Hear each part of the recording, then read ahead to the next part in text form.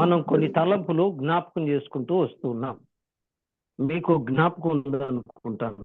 ప్రత్యక్ష గుడారంలో నుండి మనం ఒక్కొక్క అంశం జ్ఞాపకం చేస్తూ వస్తున్నాం. ఆవరణములో ఉన్న బలిపీఠము. ఆవరణము ఆయన యొక్క మార్గమైన క్రీస్తును చూపిస్తుంది అనుకున్నాం. బలిపీఠము మన కొరకు సిలువలో బలైపోయిన త్యాగమూర్తి అయిన క్రీస్తును చూపిస్తుంది అనుకున్నాం.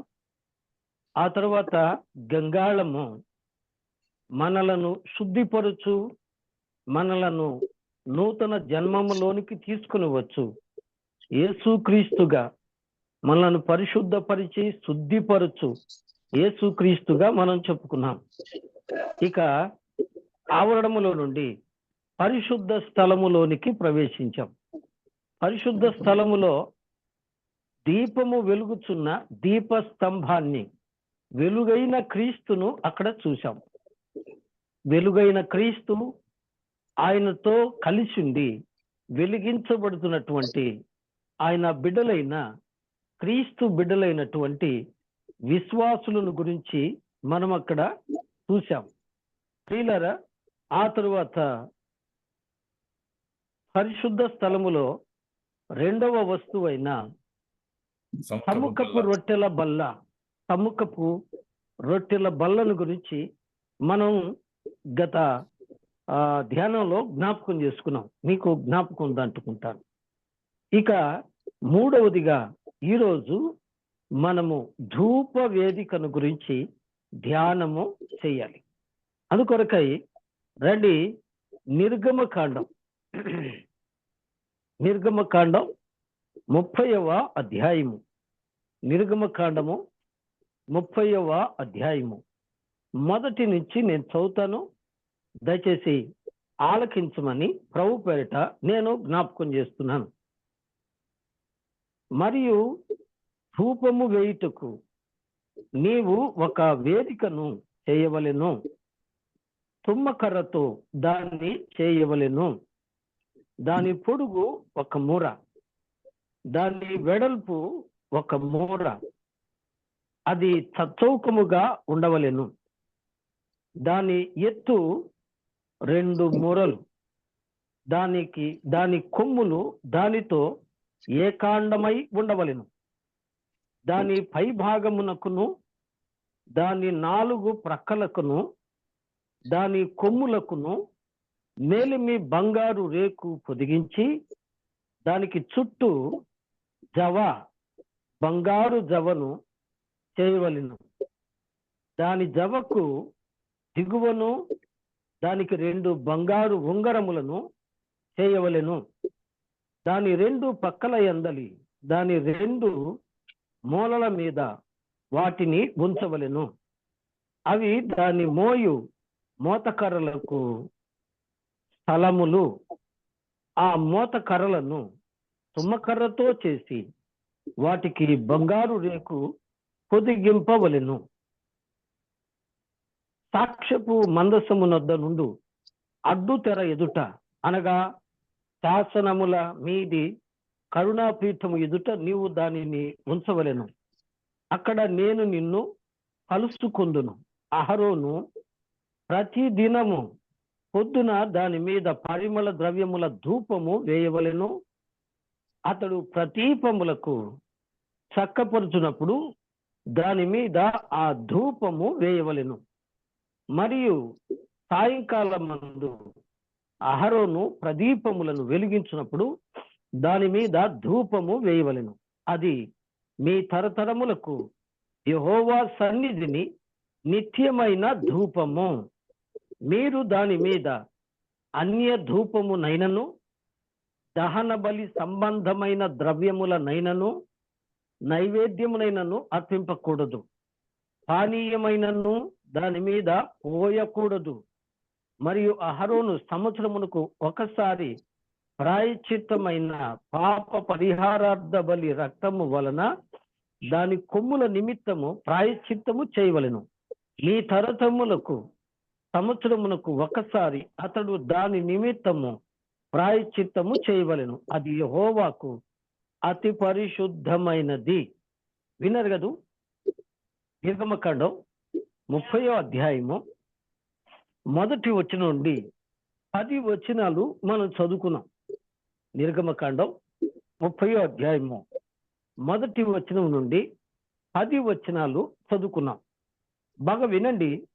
ఇక్కడ ఈ ధూప వేదిక అనేది ఇంగ్లీష్ లో ఆల్టర్ అని ఉంటుంది. ఆల్టర్ అనే పదం వచ్చేటట్టుగా ఉండే వస్తువులు ప్రత్యక్ష గుడారంలో కొన్ని ఉన్నాయి. అవేంటివి అంటే, నంబర్ 1, గుడారమును ఆల్టర్ అని అంటారు, టాబరాంకల్ అంటారు. ఆ తరువాత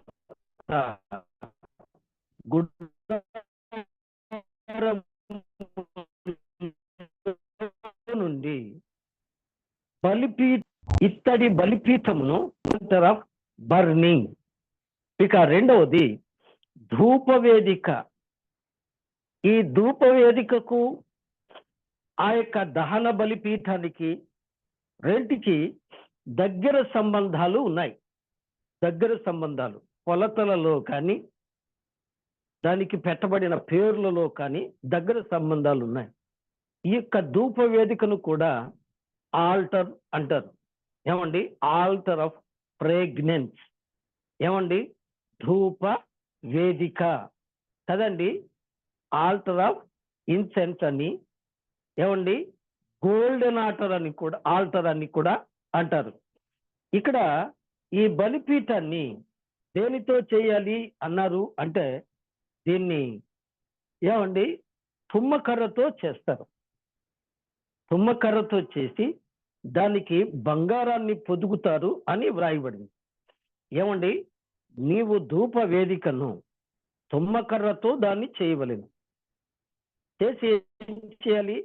దాని మొత్తానికి బంగార రేకు, ఏమండి, చూడండి 3వ వచనం, దాని పై భాగములను, దాని 4 పక్కలను, దాని కొమ్ములను మేలిమి బంగారు రేకులు పొదిగించి దాని చుట్టూ బంగారు జవను చేయవలను. విన్నరా?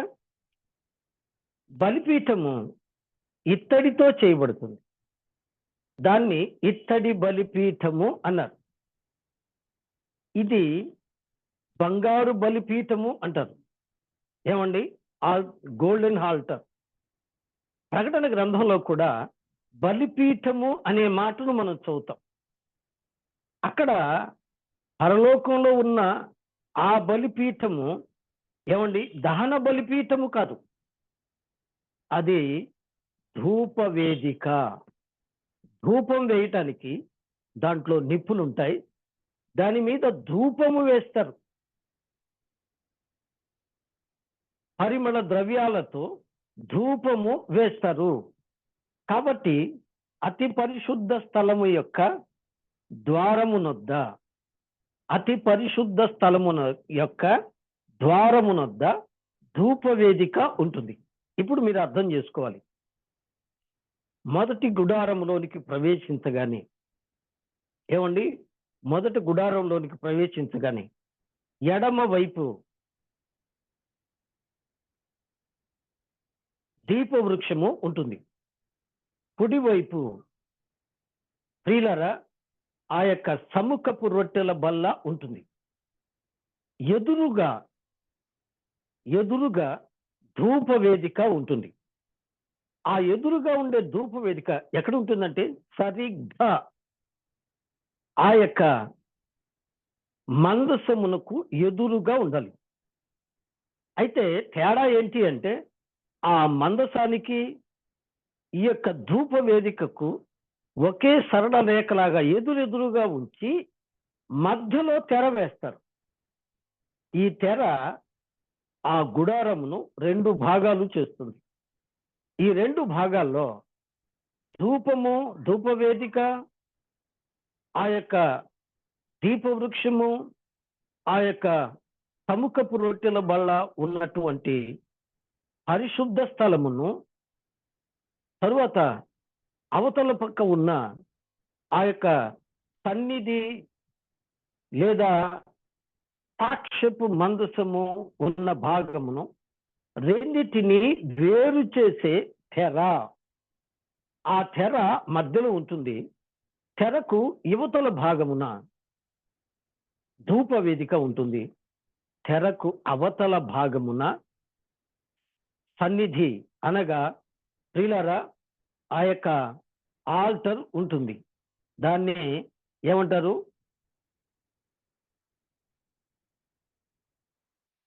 దాన్ని ఏమంటారు అంటే ప్రియులారా ఇక్కడ చెప్పారు.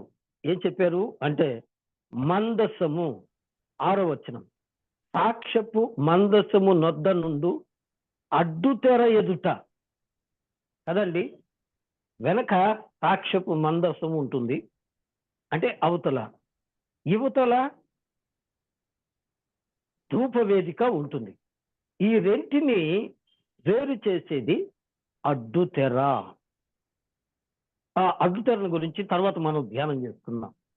ఇక రండి, ఈ ధూపవేదిక విషయము ఏమిటి? ఇది ప్రభు అయిన యేసుక్రీస్తు దేవుని కుడిపార్శ్వమున కూర్చొని విజ్ఞాపన చేయుచున్న ప్రభువును చూపిస్తుంది. అందుకనే రండి, రోమీయులకు రాసిన పత్రిక 8వ అధ్యాయము. రోమీయులకు రాసిన పత్రిక అండి 8వ అధ్యాయము 34వ వచనాన్ని నేను చదువుతున్నాను. 8వ అధ్యాయం అండి 34వ వచనం. శిక్ష విధించువాడెవడు? చనిపోయిన క్రీస్తు యేసే, అంతేకాదు మృతులలో నుండి లేచిన వాడును దేవుని కుడిపార్శ్వమున ఉన్నవాడును మన కొరకు విజ్ఞాపనము కూడా చేయువాడును ఆయనే. విన్నారా? ఈ ధూప వేదిక మన కొరకు నిత్యము తండ్రి కుడిపార్శ్వమున చేరి విజ్ఞాపన చేయు మన ప్రభు అయిన యేసుక్రీస్తును చూపిస్తుంది అని మనకి ఇక్కడ అర్థమవుతుంది. రెండవది, ఈ యొక్క ధూప వేదిక, ధూపము అంటే ఈ ధూపములో 2 మాటలు ఉన్నాయి. ధూపములో 2 మాటలు ఉన్నాయి. ఒకటి ప్రార్థన. నా ప్రార్థన ధూపము వలె నీ యొద్దకు చేరునుగాక అని ఉంటుంది. రెండవది స్తోత్రము, స్తుతి ధూపము అంటాం కదండి. ఈ మాటలు మనం చదువుకుంటూ వెళ్దాం. ప్రకటన గ్రంథం 8వ అధ్యాయము 3వ వచనం. ప్రకటన గ్రంథం 8వ అధ్యాయము 3వ వచనాన్ని మనం చదువుకున్నాము. 3వ వచనాన్ని మనం చదువుకుందాం. మరియు సువర్ణ చేతబట్టుకుని ఉన్న వేరొక దూత వచ్చి బలిపీఠము ఎదుట నిలువగా, సింహాసనము ఎదుట ఉన్న సువర్ణ బలిపీఠము పైన పరిశుద్ధులందరి ప్రార్థనలతో కలుపుటకై అతనికి బహు ధూప ద్రవ్యములు ఇవ్వబడెను. అప్పుడు ఆ ధూప ద్రవ్యముల పొగ పరిశుద్ధుల ప్రార్థనలతో కలిసి దూత చేతిలో నుండి పైకి లేచి దేవుని సన్నిధికి చేరెను. ఏమండి? దేవుని సన్నిధికి చేరెను. ఇక్కడ ప్రియులారా ఈ యొక్క బలిపీఠము ఏమండి? ధూప ద్రవ్యములు ఎక్కడి తీయాలి? సువర్ణ బలిపీఠము పైన. విన్నారు కదూ? సువర్ణ బలిపీఠము, దీన్ని గోల్డెన్ ఆల్టర్ అన్నారు. ఈ బలిపీఠము కదలదు, అక్కడే ఉంటుంది. ఆ సువర్ణ బలిపీఠం మీద ఏమున్నాయి? నిప్పులు ఉన్నాయి. ఆ నిప్పులను ధూపార్తిలోనికి తీసుకొని, అర్థమైందండి? ధూపార్తిలోనికి తీసుకొని ధూప ద్రవ్యములు వేసి దేవునికి ప్రార్థన చేస్తున్నారు కదండి. ప్రార్థన చేస్తున్నారు. కాబట్టి ఇక్కడ కూడా అది ప్రార్థననే చూపిస్తూ ఉంది. మరొక మాట మనం జ్ఞాపకం చేసుకున్నాం. ప్రకటన గ్రంథం 5వ అధ్యాయము. ప్రకటన గ్రంథం అండి 5వ అధ్యాయము 5వ వచనం. ఆ పెద్దలలో ఒకడు,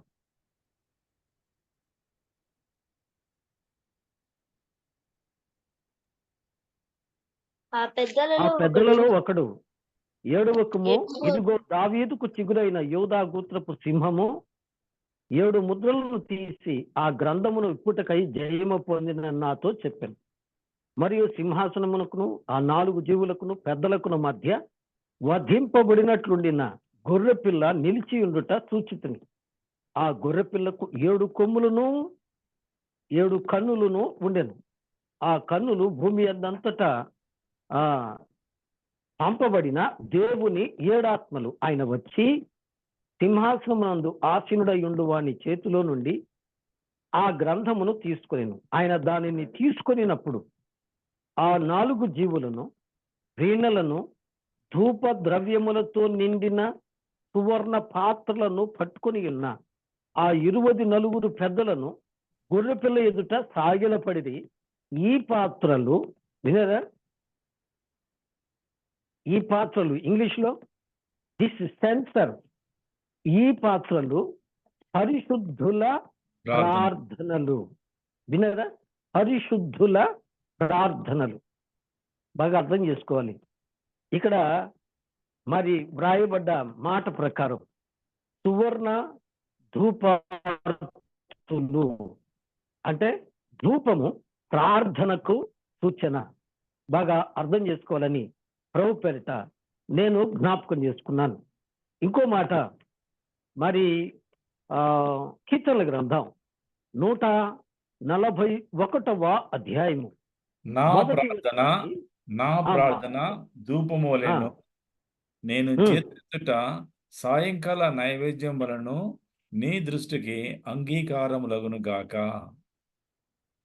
2వ వాక్యం, నా ప్రార్థన ధూపము వలెను, నేను చేతులెత్తుట సాయంకాల నైవేద్యము వలెను నీ దృష్టికి అంగీకారములగును. ఇక్కడ ప్రియులారా, నేను చదివినటువంటి మాటలన్నిటిలో కూడా ధూపార్తులు, సువర్ణ పాత్రలు, ధూపము అనే మాటలు మనం చూద్దాం.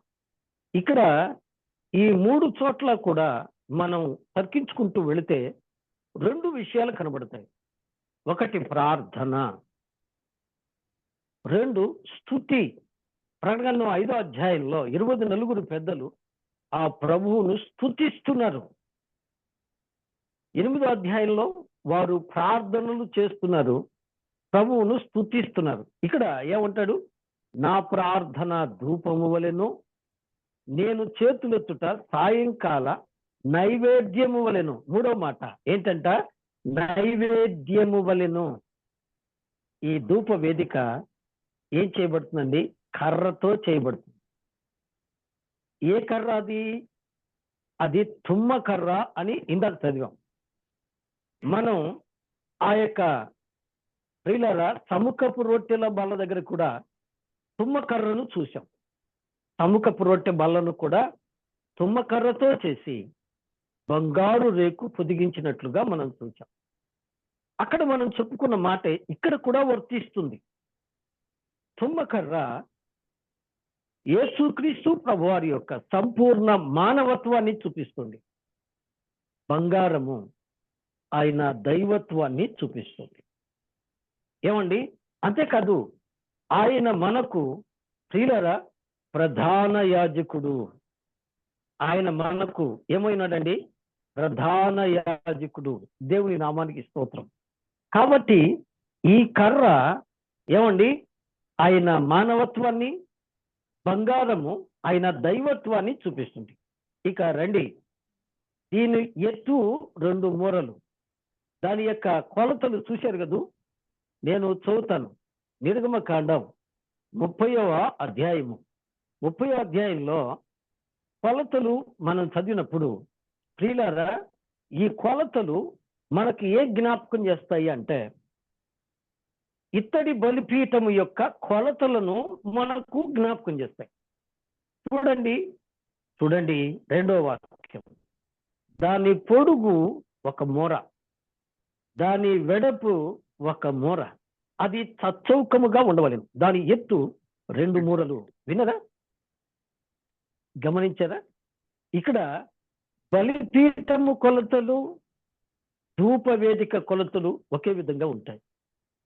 అందుకని వీటిని రెంటిని పర్యాయ పదాలుగా వాడతారు కదండి. బంగారు సువర్ణ బలిపీఠము ధూపవేదిక, ఇత్తడి బలిపీఠము ఏమండి, ఇత్తడి బలిపీఠము ఆ యొక్క మరి క్రీస్తు ప్రభువారి మరణాన్ని చూపిస్తుంటే, బంగారు బలిపీఠం అనగా ధూపవేదిక ఏం చూపిస్తుందండి? యేసు ప్రభువారి యొక్క ప్రధాన యాజకత్వాన్ని చూపిస్తుంది. బలిపీఠము ఆయన త్యాగాన్ని, ఆయన మరణాన్ని, ఆయన శిలువ మరణాన్ని చూపిస్తే, దేవుని బిడ్డారా, ఈ ధూపవేదిక ఆయన సన్నిధిలో తండ్రి కుడిపార్శ్వమున చేరు మన కొరకు విజ్ఞాపన చేయు ప్రధాన యాజకుడైన ఆయన యాజకత్వాన్ని చూపిస్తూ ఉంది. బాగా అర్థం చేసుకోవాలి. మోతకర్రలు, ఉంగరములు ఇవి దేన్ని చూపిస్తున్నాయి? మనం ఇక్కడ చదివాం కదూ, దానికి ఉంగరాలు 4 ఉంగరాలు చేయాలి. ఈ ఉంగరాలకు పడగటానికి 2 మోతకర్రలు చేయాలి. ఏమండి, 2 మోతకర్రలు చేయాలి. ఇవి దేన్ని చూపిస్తున్నాయి అంటే, విశ్వాసులు అరణ్యం అనే ఈ లోకములో యాత్ర చేస్తూ ఉన్నప్పుడు ప్రార్థన, స్తుతి యాగములు అనే ధూపవేదికను ఎల్లప్పుడూ తమ భుజముల మీద మోయాలి అనే మాటను చూపిస్తుంది కదండి. కాబట్టి ఈ లోకల యాత్రలో మనం సాగుతూ ఉన్నప్పుడు మనం ఎల్లప్పుడూ ప్రార్థన, స్తుతి, నైవేద్యముతో సాగాలి. మన ఆత్మీయ జీవితంలో ఈ 3 చాలా ప్రధానం కదండి. ప్రార్థన లేని విశ్వాసి ప్రాణం లేని శరీరంతో సమానము అంటారు. ఏమండి, ప్రార్థన. రెండవది, అన్ని విషయములలో ఆయనకు కృతజ్ఞతాస్తుతి చెల్లించాలి. ఏమండి, ప్రతి విషయములో ఆయనకు కృతజ్ఞత చెల్లించుడి అని దశలోనికి రాసిన పత్రికలో మనం చదువుతాం కదా. కాబట్టి ఎల్లప్పుడూ ప్రభువుకు ప్రార్థన చేసే వారంగా ఉండాలి. ఎల్లప్పుడూ ప్రభువుకు స్తుతి చెల్లించేవారుగా, కృతజ్ఞత చెల్లించేవారుగా ఉండాలి. మూడవది, ఆయనకు నైవేద్యముగా మనము సమర్పించే వారంగా ఉండాలి. ఈ 3 విషయాలు ఈ భాగంలో మనకు అర్థం అవుతాయి కదండి. ఈ ధూప వేదిక ఎల్లప్పుడూ దేవుని బిడ్డలు మోస్తూ ఉండాలి. రండి, హెబ్రీయులకు రాసిన పత్రిక, హెబ్రీయులకు రాసిన పత్రిక అండి, హెబ్రీయులకు రాసిన పత్రికలో ఒక మాట మనం విందాం. 13వ అధ్యాయము, హెబ్రీయులకు రాసిన పత్రిక 13వ అధ్యాయము 15వ వచనం.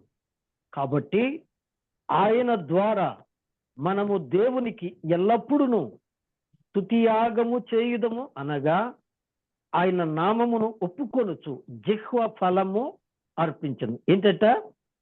దేవునికి ఎల్లప్పుడూ, at any time, every time స్తుతియాగము చేయాలి. ఆయనను నామమును ఒప్పుకోవాలి, ఆయనకు జిహ్వ ఫలము అర్పించాలి. బా, ఎంత చక్కని మాట అండి. కాబట్టి విశ్వాసి ఎల్లప్పుడూ ప్రార్థన చేయాలి. మనం ఇందాక చదివాము 141వ కీర్తన 2వ వాక్యంలో. ఏమండి, నా ప్రార్థన ధూపము వలె నీ యొద్దకు చేరునుగాక కదండి. నేను చేతులెత్తుట సాయంకాల నైవేద్యము వలె కదండి. ఇంకో మాట 50వ కీర్తన 14వ వచనాన్ని చదువుకుందాం. 50వ కీర్తన అండి, 14వ వచనం.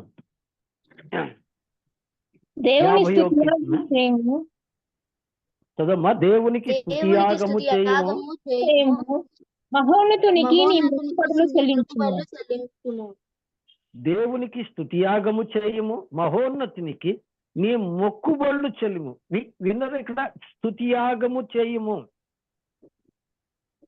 స్తుతియాగము, స్తుతించుట అనేది ఇది యాగం. ఏమండి ప్రియులారా, దహన బలిపీఠం మీద అనగా ఆ యొక్క ఇత్తడి బలిపీఠం మీద క్రీస్తు ప్రభు తన్ను తాను బలియాగంగా చేసుకున్నట్టు కృతజ్ఞతగా యాజకులు ఏం చేస్తారండి? స్తుతియాగము చెల్లించాలి. ఏమండి, ఆయన చేసిన త్యాగానికి కృతజ్ఞతగా మనం ఏం వేయగలం? విరిగి నలిగిన హృదయముతో ఆయనకు కృతజ్ఞత చెల్లించవలసిన వారమై ఉన్నాము. ఇంకో మాట, హెబ్రీ పత్రిక 13వ అధ్యాయం. హెబ్రీ పత్రిక అండి 13వ అధ్యాయం 14వ వచనాన్ని మనం చూద్దాము అండి. హెబ్రీ పత్రిక నిలువరమైన పట్టణము మనకిక్కడ లేదు గాని ఉండబోచున్న దాని కోసము ఎదురు చూచుచున్నాము. 16వ వాక్యం. ఉపకార ధర్మము చేయ మరచిపోకుడి, అట్టి యాగములు దేవునికి ఇష్టమని. విన్నరా? ఉపకార ధర్మము అనేది ఏంటంట? యాగము. ఉపకార ధర్మము, ద సర్వీస్. ఏమండి? Lord service. ఏమండి? సేవ చేయడము అనేది ఎవరి పని చెప్పండి?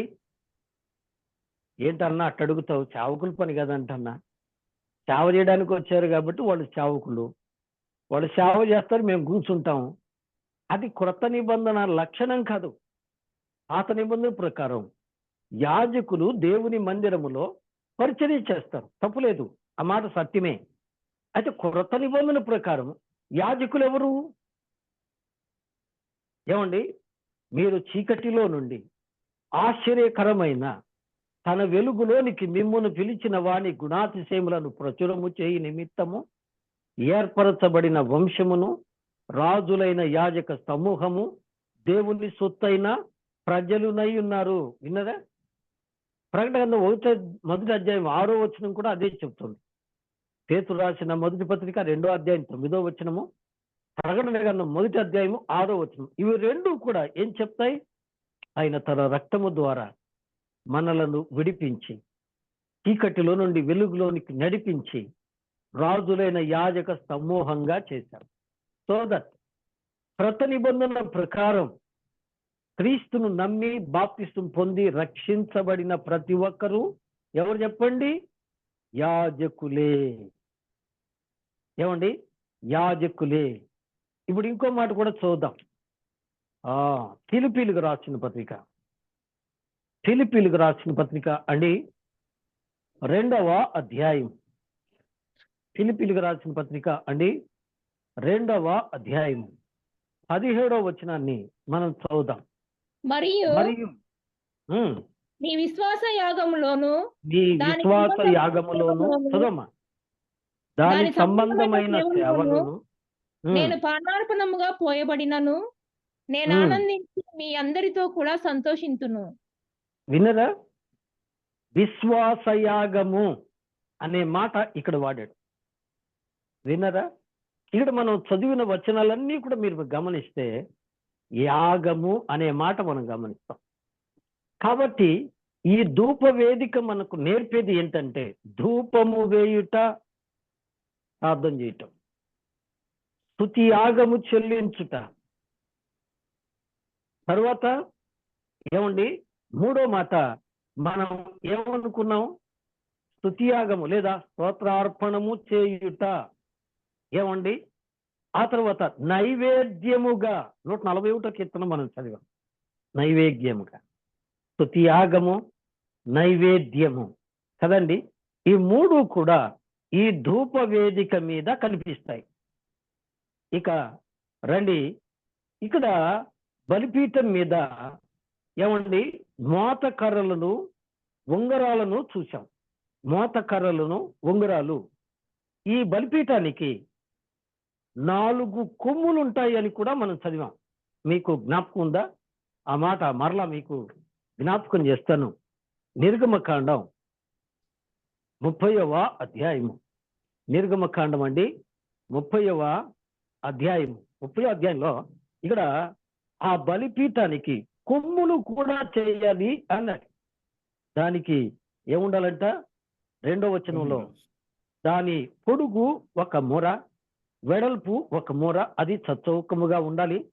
దాని ఎత్తు 2 మూరలు, దాని కొమ్ములు దానికి ఏకాండముగా ఉండాలి. బాగా గమనించారు కదా? బలిపీఠానికి కూడా కొమ్ములు ఉంటాయి. బలిపీఠపు కొమ్ములు ఎట్లుంటాయి అనుకున్నాం? ఇలా ఉంటాయి. అంటే అనేకులను తన యొద్దకు రమ్మని పిలుస్తూ ఉంటాయి. ఇవి ఎలా ఉంటాయట?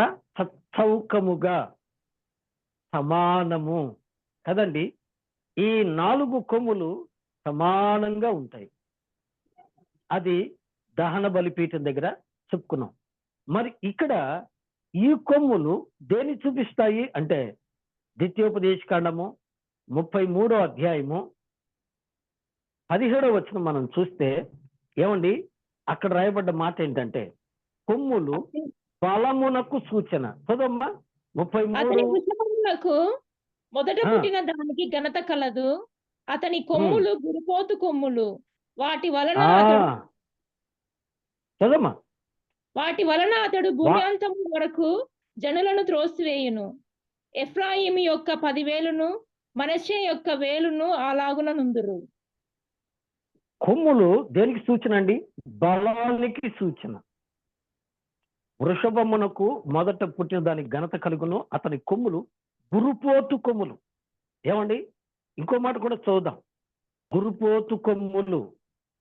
కీర్తన గ్రంథం అండి 75వ కీర్తన.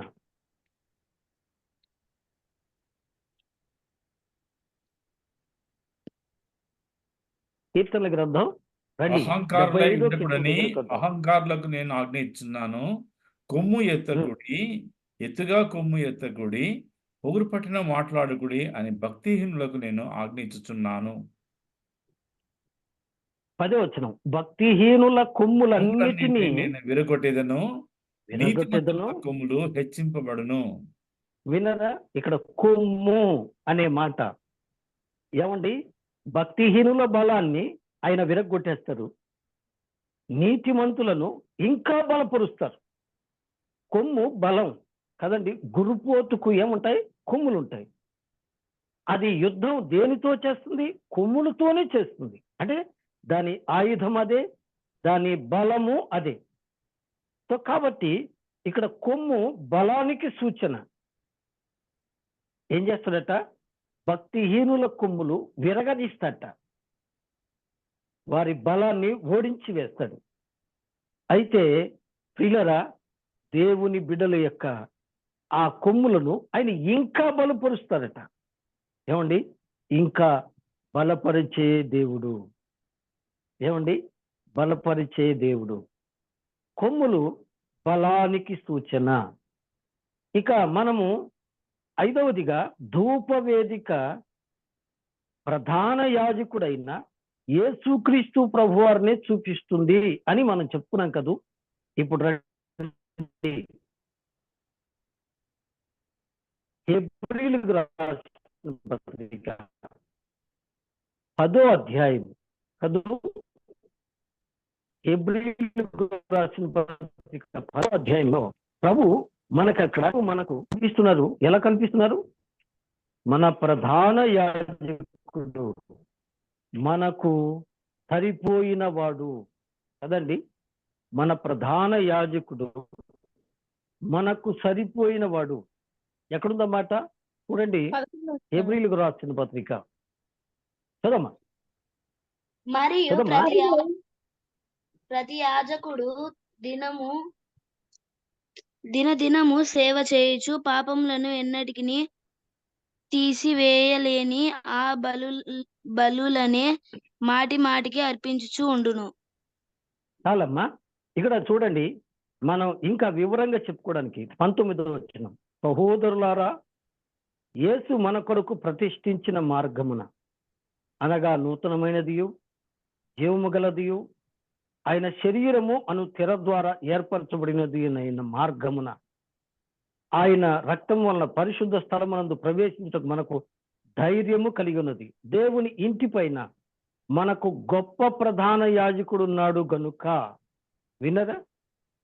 ఏమండి మన ప్రధాన యాజకుడు మనకు సరిపోయిన వాడు. ఎవరైనా? మన ప్రభు అయినా. చదువు అన్న. పవిత్రుడును నిర్దోషియు నిష్కల్మషుడును పాపులలో చేరిక ప్రత్యేకంగా ఉన్నవాడును ఆకాశ మండలం కంటే మిక్కిలి హెచ్చైన వాడునైన ఇట్టి ప్రధాన యాజకుడు మనకు సరిపోయిన వాడు.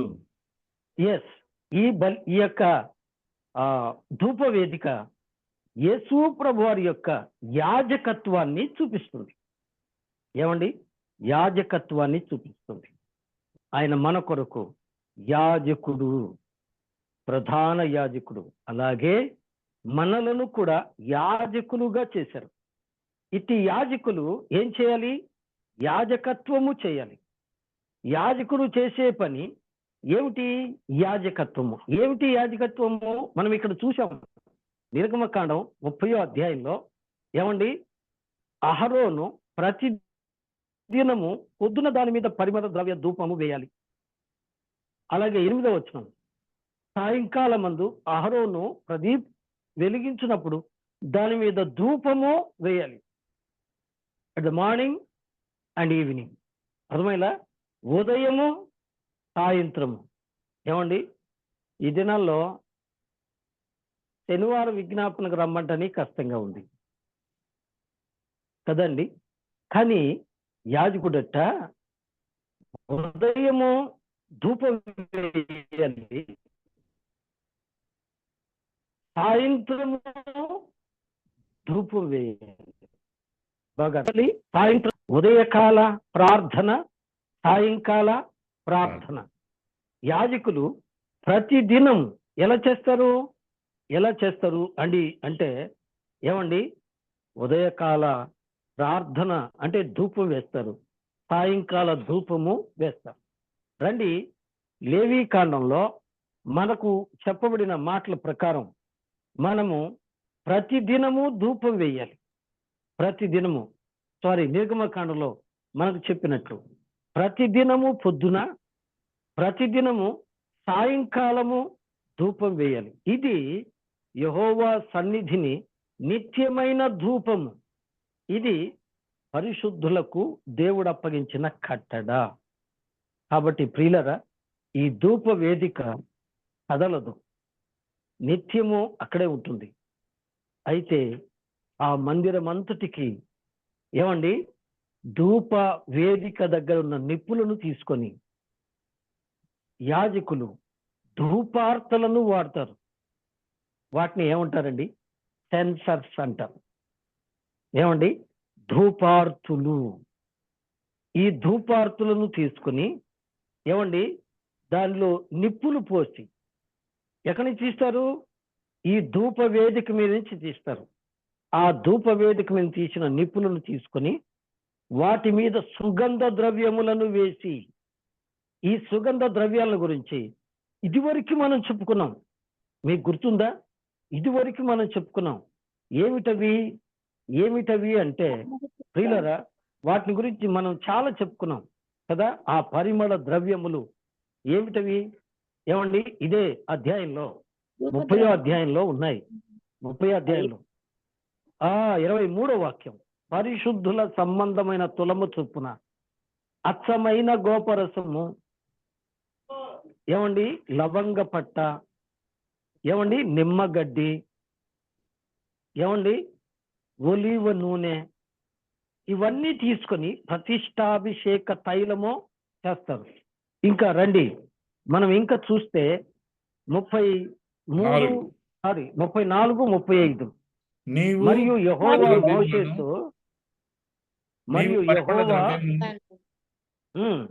అనగా జటామాంసి, గోపీచందనము, గంధపు చెక్క అను ఈ పరిమళ ద్రవ్యములను స్వచ్ఛమైన సాంబ్రాణిని సమభాగములుగా తీసుకొని వాటితో ధూప ద్రవ్యం చేయవలను. అది సుగంధ ద్రవ్యం వేళకుని పని చొప్పున కలపబడి ఉప్పు గలదిగాను స్వచ్ఛమైనదియు పరిశుద్ధమునైన సుగంధ ధూప సంభారము. స్వచ్ఛమైన సుగంధ ధూప సంభారము 35 ఆఖర్లైన. కాబట్టి ఇక్కడ జటామాంసి, గోపీ చందనము, గంధపు చెక్క, ఇవి 3 కూడా పరిమళ ద్రవ్యముల యొక్క ప్రాముఖ్యము. తర్వాత అండి స్వచ్ఛమైన సాంబ్రాణి. ఈ చెక్కలన్నిటిని గురించి మనం ఇదివరకు చెప్పుకున్నాం. ఏమండి? జటామాంసి అనేది ఒక చెట్టు నుండి తీయబడే రసము, తైలము అనుకున్నాం. గోపీ చందనము, గంధపు చెక్కలను ఏమండి చెట్లను కొట్టి వాటిని ముక్కలు చేసి వాటిని నలుగుబుట్టి తీసినటువంటి పౌడర్ కదండి, నిజమే. తరువాత సాంబ్రాణి, వీటి ప్రాముఖ్యత మనం ఇదివరకు చెప్పుకున్నాం. జటామాంసి, ఆ చెట్టును నలపగా వచ్చిన రక్తము. సిలువలో క్రీస్తు ప్రభు నలుగగొట్టబడిగా వచ్చిన రసము ఆయన రక్తం. ఏమండి, గోపీ చందనము, గంధపు చెక్క అవి నలపబడుతూ ఉండగా, విరగగొడుతూ ఉండగా, ఏమండి దానిలో నుంచి వచ్చిన ఆ పౌడర్, ఆ సువాసన క్రీస్తు ప్రభు శిలువలో పొందిన ఆ యొక్క శిలువ శ్రమలను ఇది చూపిస్తుంది. ఇక సాంబ్రాణి ఆయన శ్రమలను చూపిస్తుంది అని చెప్పుకున్నాం కదూ. కాబట్టి ప్రభు చిత్తాన్ని నెరవేర్చడానికి యేసు ప్రభు వారు ఎలాగైతే శ్రమపడి వేదన పడి సిలువలో శ్రమలు అనుభవించి తన ప్రాణాన్ని ధారపోసి తను తాను బలియాగము చేసుకొని ఎఫెసీ పత్రిక 5వ అధ్యాయం 2వ వచనం ప్రకారం మనలను పరిమళ వాసనగా చేయడానికి తన ప్రాణాన్ని ధారపోసినట్లు విశ్వాసి కూడా ప్రభువుకు పరిమళ వాసనగా బ్రతకాలి. ఈ పరిమళ వాసన పరిశుద్ధ జీవితం, ఈ పరిమళ వాసన పరిశుద్ధ సాక్ష్యం. ఈ పరిమళ వాసన ఒకసారి మనం జ్ఞాపకం చేసుకున్నాం ఫిలిప్పీ పత్రికలో 4వ అధ్యాయంలో 18వ వచనంలో. ఏమండి అది ఏంటంట? స్తుతి ధూపం, పరిమళ ధూపం, ఆ యొక్క సజీవ యాగం ఏంటిదట? ఏమండి ఆఫరింగ్. అవునండి, అలాగైతే మన ఆరాధన దేవునికి ఎలా ఉండాలి? సువాసన భరితముగా ఉండాలి అనే సత్యము మనకి ఇక్కడ అర్థమవుతుంది. అలాగైతే దేవుని బిడ్డలారా, మనము ధూపము వేయుట దేవునికి ఇష్టానుసారంగా ఉండాలి. ఏమండి ఇష్టానుసారంగా ఉండాలి. యేసుక్రీస్తు ప్రభువారి యొక్క త్యాగాన్ని జ్ఞాపకం చేస్తుంది. అలాగైతే ఇక్కడ ఇంకొక మాట కూడా మనం చదివాం, నిర్గమకాండం 30వ అధ్యాయంలో. దాని మీద మీరు అన్య ధూపమును వేయరాదు. చూడండి 9వ వచనం, నిర్గమకాండం 30వ అధ్యాయము 9వ వచనం. మీరు దాని మీద అన్య ధూపమునైనను దహన బలి సంబంధమైన ద్రవ్యమునైనను నైవేద్యమునైనను అర్పింపకూడదు. పానీయమైనను దాని మీద పోయకూడదు. మరియు అహరోను సంవత్సరమునకు ఒకసారి ప్రాయశ్చిత్తము చేయాలి. విన్నరా? ఇక్కడ నాకు దేవుడు చూపించిన మాట అన్య ధూపము. ఈ మాట చదివినప్పుడు మనకు 2 విషయాలు జ్ఞాపకానికి వస్తాయి. ఒకటి, ధూపము అర్హులు మాత్రమే వేయాలి. అర్థమవుతుందండి? అర్హులు మాత్రమే వేయాలి, మొదటి మాట. రెండవది, దైవ చిత్తానుసారమైన ధూపమే వేయాలి. ఈ 2 మాటలు మీకు అర్థమయ్యేటట్టుగా చెప్తానండి, మీకు అర్థమయ్యేటట్టుగా. మొదటిగా ఒక మాట చదవండి, 2 దినవృత్తాంతముల గ్రంథం 26వ అధ్యాయము 16వ వాక్యం. 2 దినవృత్తాంతముల గ్రంథం 26వ అధ్యాయము. అయితే అతడు ఆ, స్థిరపడిన తరువాత అతడు ఆ. మనసు గర్వించి చెడిపోయెను. అతడు ధూపపీఠము మీద ధూపము వేయుటకై యెహోవా మందిరంలో ప్రవేశించి తన దేవుడైన యెహోవా మీద ద్రోహము చేయగా యాజకుడైన ఈ భాగం మీరు చదువుకోండి, ఎందుకంటే సమయం వృధా అవుతుంది. 16, 17, 18 వచనాల వరకు చదువుకోండి. ఇక్కడ ఒక వ్యక్తి ఉన్నాడు. ఆయన ఎవరండి? రాజు. రాజు ఈయన రాజు యుద్ధాలు చేసేవాడు, పరిపాలన చేసేవాడు. ఏమండి ఈ రాజు ఏం చేస్తున్నాడు? తాను స్థిరపడిన తరువాత హృదయమందు గర్వించి నాకు తిరుగులేదు అనుకొని ధూప వేదిక దగ్గరకు వచ్చాడు. వచ్చి ఏం చేస్తున్నాడు? తనే ధూపం వేస్తున్నాడు. ఏమండి 18వ వచనం, ఏమండి 18వ వచనం చూడండి. 18వ వచనం, వారు రాజైన ఉజ్జియాను ఎదిరించి, ఉజ్జియా, యెహోవాకు ధూపము వేయుటకై ప్రతిష్ఠించబడిన అహరోను సంతతి వారైన యాజకుల పనే కానీ నీ పని కాదు. అర్థమైందండి? దానికి అర్హత కావాలి. That is a qualification. ఏమిటో క్వాలిఫికేషన్? వారు లేవీయులై ఉండాలి, వారు యాజకులై ఉండాలి. ఈ రెండు మాటల గురించి కొద్దిగా చెప్పి నేను ముందుకు వెళ్తాను. వారు లేవీయులై ఉండాలి. లేవి అనగా హత్తుకొనుట, జతపరచబడిన. వినరా? రెండు మాటలు వస్తాయి. మొదటి మాట జతపరచబడిన వాడు, రెండవది హత్తుకొనినవాడు. ఏం జతపరచబడ్డాడు? దేవునితో పడ్డవాడు కదండి. ఆయన మన సమాధానమై ఉండి మీకును మాకును కలిగిన ఏమండి ఆ ద్వేషమును, విధిరూపకమైన ఆ పాపమును తీసివేసెను అని చదువుతున్నాం. అలాగైతే పాపము కడిగివేయబడి క్రీస్తు ప్రభు రక్తములో పరిశుద్ధపరచబడి దేవునితో సమాధానపడి మరుమనసు పొంది పాప క్షమాపణ పొందిన వారై ఉండాలి.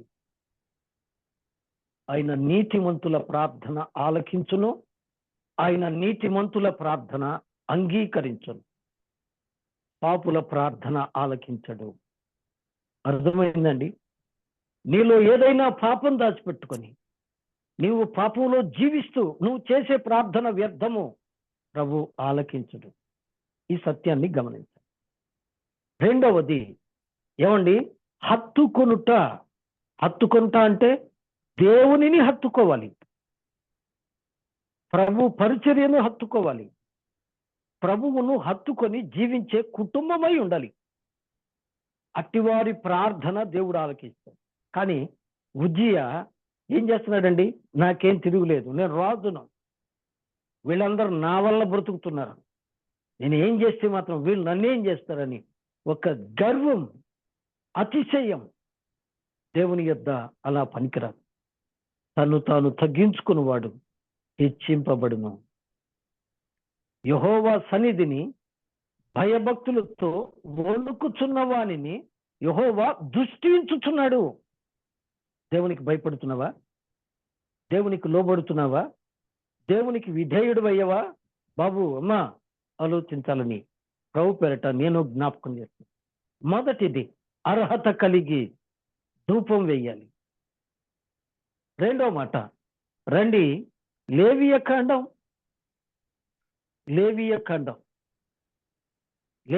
దగ్గరికి వద్దాం. ఈ మాటలు చెప్పి నేను ముగింపులోకి వస్తాను. లేవి కాండ గ్రంథం 10వ అధ్యాయము మొదటి నుంచి చదువుతున్నాను. చూడండి, లేవి కాండం 10వ అధ్యాయం మొదటి వచ్చిందండి.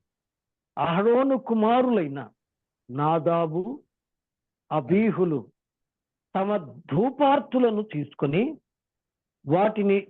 వాటిలో నిప్పులుంచి వాటి మీద ధూప ద్రవ్యములు వేసి యెహోవా తమకు ఆజ్ఞాపించని వేరొక అగ్ని ఆయన సన్నిధికి తేగా. వినరా? నిర్గమకాండంలో మనం ఏం చదివాం? అన్యాగ్ని. ఏమండి? అన్యాగ్ని. ఏమండి? దేవుని సన్నిధిలో అన్య ధూపము. ఇక్కడ మనం నేర్చుకోవాల్సిన పాఠాలు చాలా ఉన్నాయి. కొన్ని పత్రికలో అంటున్నాడు, విశ్వాసికి అవిశ్వాసితో పాలెక్కడ, క్రీస్తుకు బెలియాలితో ఏమి పొత్తు, విగ్రహముతో ఏమి సాంగత్యము, లోకంలో పాలు పొందుతూ. నేను ఇదివరకే చెప్పాను, ఒక పెద్ద ఎంపీ గారు ఎట్ ద టైం నేను ఆయన చూసినప్పుడు, ఆయన ఆల్రెడీ ఎంపీ గారు, ఏమండి, పార్లమెంటు మెంబర్గా ఉన్నాడు ప్రజెంట్. ఇప్పుడు కాదులేండి, ఆయన పుట్టు క్రైస్తవుడు. ఆయన ఒక మీటింగ్లో సేవకులు పిలిచి సేవకులకు పాఠాలు నేర్పుతున్నాడు, సేవకులకి వాక్యం బోధిస్తూ ఉన్నాడు. ఇవన్నీ నేను పుట్టుకతో చేస్తాను, నా ఇంటి నిండా ఇదే, నేను మీకంటే గొప్ప క్రైస్తవుణ్ణి కాబట్టి నేను చెప్పిన వాళ్ళకు ఓటేయండి అని బోధ చేస్తున్నాడు అక్కడ. కానీ ఆయన యొద్ద బహు దుర్వాసన, బహు దుర్వాసన, పాప జీవితముతో, దుర్వాసన జీవితముతో పాపాన్ని చేస్తూ కూడా ప్రార్థన చేస్తున్నావా? పాటలు పాడుతున్నావా? వాక్యం బోధిస్తున్నావా? బలలో పాలు పొందుతున్నావా? నీ పాపం నిన్ను తినివేస్తుంది. జాగ్రత్త. ఏం జరిగింది ఇక్కడ? వారు యెహోవా తమకు ఆజ్ఞాపించని వేరొక అగ్నిని ఆయన సన్నిధికి తేగా, యెహోవా సన్నిధి నుండి అగ్ని బయలుదేరి వారిని కాల్చివేసిన. వారు యెహోవా సన్నిధిని మృతి పొందితిరి. కొరింథీ పత్రికలో మనం చదువుతాం. నేను ఆ వచనాలు చెప్పడం లేదు, ఎందుకంటే మీకు అందరికీ కొట్టిన పిండే అవి. కాబట్టి ఎవడు అయోగ్యముగా తిన్నో, ఆ పాత్రలోని త్రాగునో, వాడు శిక్షా విధికే త్రాగుచున్నది. అందుకే మీలో కొందరు రోగులను, బలహీనులను చాలా మంది నిద్రించుతున్నారు అని వాక్యంలో ఉంది కదా. అయోగ్యముగా, అర్హత లేకుండా దేవునికి అయిష్టమైన కార్యాలు చేస్తూ కూడా దైవ కార్యాల్లో పాలు పొందుతున్నవా? జాగ్రత్త. ఈ ధూప వేదిక మనకు నేర్పే గొప్ప ఆత్మీయ పాఠాలను మనం తెలుసుకోవాలి. అర్థమైందండి? కాబట్టి దేవుడు ఆజ్ఞాపించని అన్య ధూపమును వేయవద్దు అని దేవుడు చెప్పాడు. వేసిన వారు ఏమయ్యారు? 2వ దినవృత్తాంతములు 26వ అధ్యాయము 16 నుండి 20 వరకు చదివితే ఉజ్జియాకు ఏమొచ్చిందండి? తెల్లని కుష్ఠము వచ్చింది. నీ బలం, నీ ధనం, నీ గర్వం, నీ అతిశయం, జాగ్రత్త. దేవుని యొద్ద పనికిరావు. నీవు తగ్గించుకొని నీ పాపాన్ని ఒప్పుకొని విడిచిపెట్టి ప్రభు సన్నిధికి రా. దేవుడు నిన్ను హెచ్చిస్తాడు. మా బాబు ఆలోచించాలి. రెండవది, దేవుని సేవలో ఉన్నటువంటి అహరోను కుమారులు ఏం చేశారండి? యెహోవా తమకు ఆజ్ఞాపించని అన్యాగ్నిని వారు ఎంత క్రూరంగా ప్రవర్తించారండి. అన్యాగ్నిని అంటే అన్యమైన ఆచారాలతో ఉన్న వారితో సాంగత్యము చేయుచు, చాలా వివరంగా మనం చెప్పుకోవచ్చు. వారు ఇష్టానుసారంగా ప్రవర్తించారు. సమూయేలు కాలంలో కూడా ఏలీ కుమారులు అలాగే ప్రవర్తించారు కదా. వారు ధూపం వేశారు, వారు యాజకత్వం చేశారు. ఇన్ని చేస్తూ వారు ఏం చేస్తున్నారు? దేవాలయమునకు వచ్చిన స్త్రీలను అపవిత్రం చేశారు. దేవునికి అర్పించు అర్పణ దేవునికి కాదు, తమకే అని తమను తాము హెచ్చించుకున్నారు. ఫలితంగా వారు ఏమైపోయారు? ఈ పూట వాక్యం వింటున్న ప్రియ స్నేహితుల సోదరి, ఈ ధూప వేదిక పవిత్రమైన ప్రార్థనా జీవితం, పవిత్రమైన స్తుతి యాగమును, పవిత్రమైన నైవేద్యమును దేవునికి ఇవ్వాలి అని మనకు నేర్పుతుంది. అలాగైతే ఈ బంగారు బలిపీఠం ఆరాధనను చూపిస్తుంది. దీపవృక్షం, దేవుడు వెలుగై ఉన్నాడు, మనల్ని వెలుగుగా చేశాడు. ఆ వెలుగై ఉన్న వాక్యమును చేతపట్టుకొని, జీవవాక్యమును చేతపట్టుకొని జ్యోతుల వలె ఉండాలి అని మనం నేర్చుకున్నాం. జ్యోతులాగా ఉన్నామా? లోకానికి వెలుగులాగా ఉన్నామా? సమ్ముఖపు రొట్టెల బల్ల ప్రభు త్యాగాన్ని, మనం ఆయనకు చూపించే త్యాగపూరిత ఆరాధనను చూపిస్తుంది. ధూపవేదిక మనల్ని మనం దేవునికి సమర్పించుకుంటాం. ఇప్పుడు రండి, రోమీయులకు రాసిన పత్రిక 12వ అధ్యాయం కదూ, చదువుతారా? మొదటి నుంచి రోమీయులకు రాసిన పత్రిక. సహోదరులారా, పరిశుద్ధమును దేవునికి అనుకూలమైన సజీవ యాగముగా మీ శరీరములను ఆయనకు సమర్పించుకొనుడి. దేవుని వాత్సల్య మిమ్మను బతిమాలు కొనుచున్నాను. ఇట్టి సేవ మీకు యుక్తమైనది. మీరు ఏంటంట? ఇట్టి సేవ మీకు యుక్తమైనది. ఎట్టి సేవ చెప్పండి, ఎట్టి సేవ? సజీవ యాగముగా మీ శరీరములను దేవునికి సమర్పించుకోవాలి.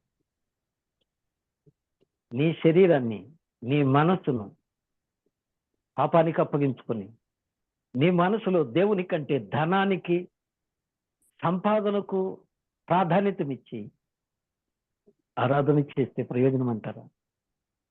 ప్రార్థన చేస్తే ఉపయోగం అంటారా? మీ హృదయములు ఒకవేళ తిండి వలన, మత్తు వలన, ఐహిక విచారం వలన మందంగా ఉంటే తీర్పు వస్తుంది, జాగ్రత్త. ఎవడైనాను దీపం వెలిగించి కంచం కింద, కొంచెం కింద, మంచం కింద పెట్టడు, చాటు చోటును కూడా పెట్టడు. కంచం అంటే భోజనం, మంచం అంటే విశ్రాంతి, కొంచెం అంటే కొలత, సంపాదన, చాటు చోటు అంటే దేవునికి దాక్కోవటం. దేవుని యొద్దకు రాలేరు, దేవుని పరిచర్యకు రాలేరు, దేవుని యొద్ద నిలవలేరు. ఆచారంగా అలవాటుగా జీవిస్తాం. అలా ఉన్నావా బాబు, అమ్మ? అలా ఉన్నావా? జాగ్రత్త. నీ జీవితాన్ని సరిదిద్దుకోమని ప్రభు పేరిట నేను మనవి చేస్తున్నాను. ఇప్పుడు 2వ వచనం, 12వ అధ్యాయము, రోమపత్రిక 2వ అధ్యాయం. మీరు ఈ లోక మర్యాదను అనుసరింపక ఉత్తమమును, అనుకూలమును, సంపూర్ణమైన దేవుని చిత్తం మీద పరీక్షించి తెలుసుకున్నట్టు మీ మనసు మారి నూతన మొగటు వలన రూపాంతరము పొందుడి. వినరా? రూపాంతరం పొందు. ఇప్పుడు వాక్యం ఉంటున్న స్నేహితుడా, మనం దేవుని కొరకు ప్రియులరా రూపాంతరం పొందిన వారుగా, మారు మనసు పొందిన వారుగా, దేవునికి ఇష్టమైన జీవితం కలిగిన వారుగా జీవించకపోతే దేవుని శిక్ష మన మధ్యకు వస్తుంది. ఇక ముందుకు వెళదాం. ఈ ధూపవేదికకు సాక్ష్యపు మందసానికి మధ్యలో ఏముందనుకున్నాం? ఏమండి? అడ్డు తెర ఉంది. ఈ తెర ఏమండి? ఈ తెర 40, ఈ తెరట 40 మూరల పొడగట, 40 మూరల పొడవు, 20 మూరల వెడల్పు ఉందట. ఇది మరి ఈ యొక్క తెర దేని చూపిస్తుంది? ఏమండి? దేని చూపిస్తుంది? మనం ఇందాక చదివాం. హెబ్రీ పత్రిక 9వ అధ్యాయము 8వ వచనాన్ని చదువుదాం. 9వ అధ్యాయము 8వ వచనం. హెబ్రీ పత్రిక 9వ అధ్యాయము 8వ వచనం. దీనిని బట్టి ఆ మొదటి గుడారము ఇంకా నిలిచి ఉండగా అతి పరిశుద్ధ స్థలములో ప్రవేశించు మార్గమున బయలుపరచు బడలేదని పరిశుద్ధాత్మ. నేను చదువుతాను. దీనిని బట్టి ఆ మొదటి గుడారం ఇంకా నిలుచుచుండగా అతి పరిశుద్ధ స్థలములో ప్రవేశించు మార్గము బయలుపరచబడలేదని పరిశుద్ధాత్మ తెలియజేస్తున్నాడు. ఏమండి? అయితే ఈ తెర ఏం చెప్పండి? ప్రభు అయిన యేసు దేహము. ఈ తెర ఏం చేయబడింది? అతి పరిశుద్ధ స్థలానికి, పరిశుద్ధ స్థలానికి మధ్యలో ఉన్న తెర. ఈ తెర అతి పరిశుద్ధ స్థలాన్ని వేరుపరుస్తుంది అనుకున్నాం. ఈ వేరుపరుస్తున్న ఈ తెర దాటి సంవత్సరానికి ఒకసారి ప్రధాన యాజకుడు మాత్రమే వెళ్ళాలి. మధ్యలో అతను కూడా వెళ్ళటానికి లేదు. సంవత్సరానికి ఒకసారి వెళ్ళేటప్పుడు ఆ ధూపవేదిక మీద నిప్పులు ధూపార్తిలో ఆ పాత్రలో వేసుకొని ధూపం వేస్తూ లోపలికి వెళ్ళాలి. వినరా? అలాగైతే మనము నేడు ధైర్యముగా కృపాసనం దగ్గరికి వెళ్తున్నాం. విన్నరా? ధైర్యంగా కృపాసనం దగ్గరికి వెళ్తున్నాం. ఎలా వెళ్తున్నాం? ఏమండి? ఆయన శరీరమును తెర తీల్చబడుట ద్వారా కదండి. ఎఫెసీయులకు రాసిన పత్రిక 2వ అధ్యాయము. ఈ మాట చదువుకొని మనం ముగించుకుందామండి. ఎఫెసీయులకు రాసిన పత్రిక 2వ అధ్యాయము 14 వచ్చిన అనుకుంటా. ఆయన మన సమాధానమై ఉండి మీకును మాకును ఉండిన ద్వేషము అనగా విధిరూపకమైన ఆజ్ఞలు గల ధర్మశాస్త్రము తన శరీరమందు కొట్టివేడుచట మధ్య గోడను పడగొట్టి, వినరా? ఏం చేశాడండి? ఆ మధ్య గోడను ఏమండి ఆయన సిలువలో వేలాడి కేక వేసి మరణించినప్పుడు దేవాలయపు తెర పైనుండి కిందికి రెండుగా చీలిపోయింది. కనుక మనము ధైర్యముగా కృపాసనము దగ్గరికి చేరగలుగుతున్నాం.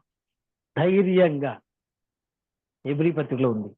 కాబట్టి నా మాటలు ముగిస్తాను, వినండి. ఈ తెర యేసు ప్రభువారు సిలువలో పొందిన శ్రమలను బట్టి, ఆయన మరణాన్ని బట్టి, ఆయన శరీరము ఎలాగైతే చీలలతో గుచ్చబడి చీల్చబడిందో ఆ తెర చినిగిపోయింది. ఇప్పుడు ప్రధాన యాజకుడు మాత్రమే కాదు, యాజకులమైన మనమందరము అనుదినము తండ్రి, దేవా, ప్రభువా అని ప్రతిదినము ఆయన సన్నిధికి వెళ్ళి అబ్బా తండ్రి అని మొరపెట్టే భాగ్యం మనకు దక్కింది కదండి. కాబట్టి ఈ ప్రత్యక్ష గుడారములోని ఈ వస్తువులన్నీ కూడా క్రీస్తు ప్రభువారి యొక్క త్యాగాన్ని చూపిస్తుంది. అదే విధంగా ఆ క్రీస్తు ప్రభువారికి తగిన విధంగా ఆయన బిడ్డలముగా, ఆయనకు తగిన వారముగా, సరిపోయిన వారంగా మనం కూడా జీవించాలి అని తెలియజేస్తుంది. ఆయన మన ప్రధాన యాజకుడు. ఏమండి, ఆయన మన ప్రధాన యాజకుడు. చివరిగా పేతురు రాసిన మొదటి పత్రిక 2వ అధ్యాయము 5వ వాక్యం చదవండి. పేతురు రాసిన మొదటి పత్రిక 2వ అధ్యాయము 5వ వాక్యం. 2వ అధ్యాయము. యేసుక్రీస్తు ద్వారా దేవునికి అనుకూలమగు ఆత్మ సంబంధమైన బలుల నర్పించుటకు పరిశుద్ధ యాజకులుగా ఉండునట్లు మీరును సజీవమైన యేసుక్రీస్తు ద్వారా దేవునికి అనుకూలమగు ఆత్మ సంబంధమైన బలులు అర్పించుటకు పరిశుద్ధ యాజకులుగా ఉండుటకు మీరును సజీవమైన రాళ్ల వలె ఉండి ఆత్మ సంబంధమైన మందిరముగా కట్టబడుతుంది. వినరా ఎలా ఉన్నారు? దేవునికి అనుకూలమైన ఆత్మ సంబంధమైన బలులు అర్పించుటకు మనం ఎలా ఉన్నాం? సజీవమైన రాళ్ల వలె ఉన్నాం. ఎలా ఉన్నాము? పరిశుద్ధ యాజకులుగా ఉన్నాము. ఈ మాట జ్ఞాపకం చేసుకోండి. మనము కూడా ఆ పరిశుద్ధ ధూప వేదిక ఎలా పరిశుద్ధంగా ఉందో, మన హృదయం కూడా క్రీస్తు ప్రభువారికి పరిశుద్ధ ధూప వేదికగా చేసుకుని నిత్యము ధూప వేదికగా ఆయనకు ఏమండి ధూపము వేసే వారంగా ఉంటుందా. ప్రార్థన ధూపం, ఏమండి చేతులెత్తుట నైవేద్యం, సజీవ యాగముగా మనల్ని మనం ఆయనకు ఏమండి నైవేద్యముగా సమర్పించుకునే విధంగా మనం ఉండాలని ప్రభు పేరిట మనవి చేస్తూ మాటలు ముగిస్తున్నాను. ప్రభు చిత్తమైతే మరి వచ్చే వారం సాక్ష్యం మందసాన్ని గురించి కొద్ది మాటలు మాత్రం జ్ఞాపకం చేసుకున్నాం. మనం ఇదివరకు చెప్పుకున్నాం. మరొకసారి ఆ భాగాన్ని గురించి చెప్పుకొని దేవుని ఆశీర్వాదాన్ని పొందుదాం. దేవుడి మాటలను దీవించును గాక. ఆమేన్. ఆమేన్.